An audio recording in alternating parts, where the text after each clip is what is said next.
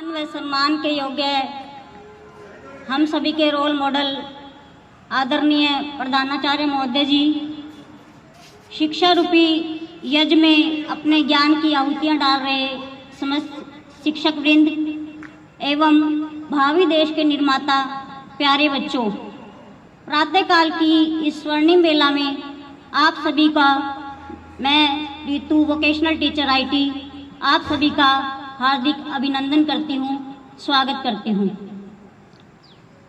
जब दिल में अरमान लिया मंजिल को अपना मान लिया, है मुश्किल क्या आसान क्या, है मुश्किल क्या आसान क्या, जब ठान लिया तो ठान लिया, जब ठान लिया तो ठान लिया।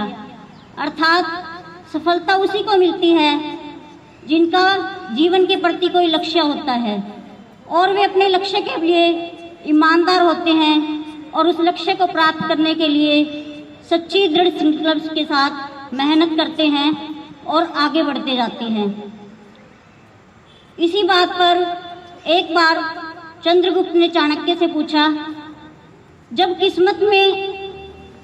किस्मत में लिखा है कि सफलता कैसे मिलेगी, इस पर चाणक्य ने जवाब दिया कि क्या पता किस्मत में लिखा हो कि सफलता मेहनत करने से ही मिलेगी, कोशिश करने से ही मिलेगी।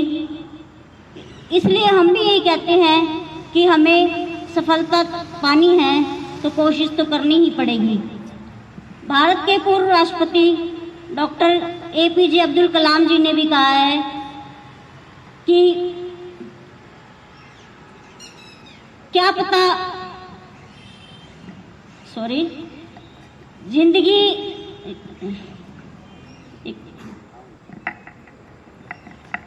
पूर्व राष्ट्रपति डॉक्टर APJ अब्दुल कलाम जी ने भी कहा है कि कोशिश करने वालों को जितना छोड़ जाते हैं, इंतजार करने वालों को उतना ही मिलता है। प्राय हमने देखा है कि हम कोई भी काम शुरू करने से पहले उसके लाभ हानि परिणाम आदि के बारे में सोचने लगते हैं। हमें यह सोचना नहीं चाहिए कि क्या परिणाम होंगे, क्या हम सफल होंगे या नहीं होंगे। हम ये भी सोचने लग जाते हैं कि दुनिया क्या कहेगी, लोग क्या कहेंगे अगर हम सफल नहीं हुए तो। हमें इन सब बातों को भुलाकर हम हर काम के लिए कोशिश करनी ही चाहिए।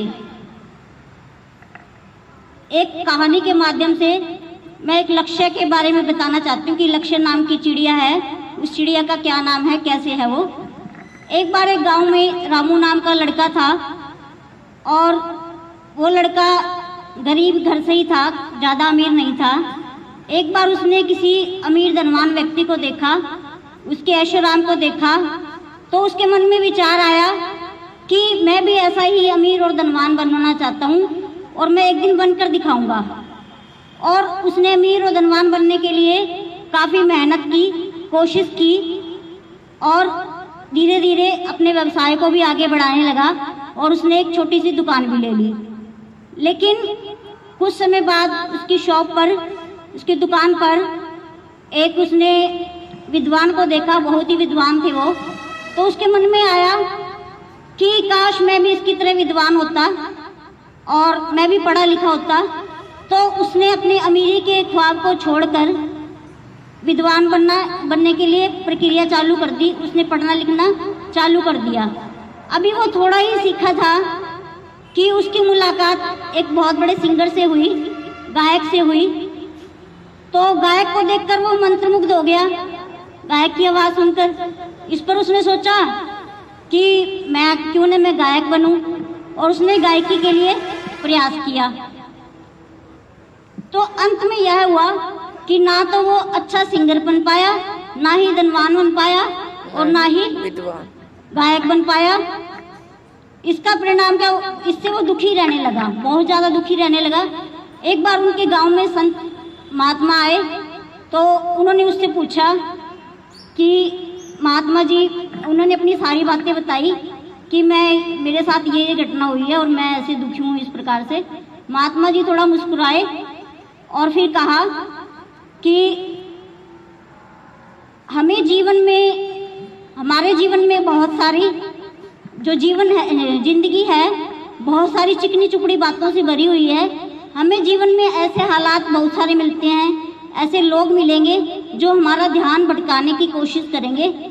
हमें अपना ध्यान नहीं भटकने देना है, हमें सिर्फ अपने लक्ष्य को केंद्रित रखते हुए उसी लक्ष्य पर ध्यान रखना है और उस लक्ष्य को पाने के लिए दिन रात मेहनत करनी है। इसलिए बच्चों, मैं भी यही कहना चाहती हूँ कि आप भी इधर उधर की बातों को छोड़कर फेसबुक, व्हाट्सएप, इंस्टाग्राम, स्काइप, इन सभी सोशल मीडिया चैनल को छोड़कर, फ़ोन को छोड़कर, टीवी को छोड़कर सिर्फ और सिर्फ अपना एक पढ़ाई का लक्ष्य बनाइए और उस लक्ष्य में कामयाबी हासिल कीजिए। राह संघर्ष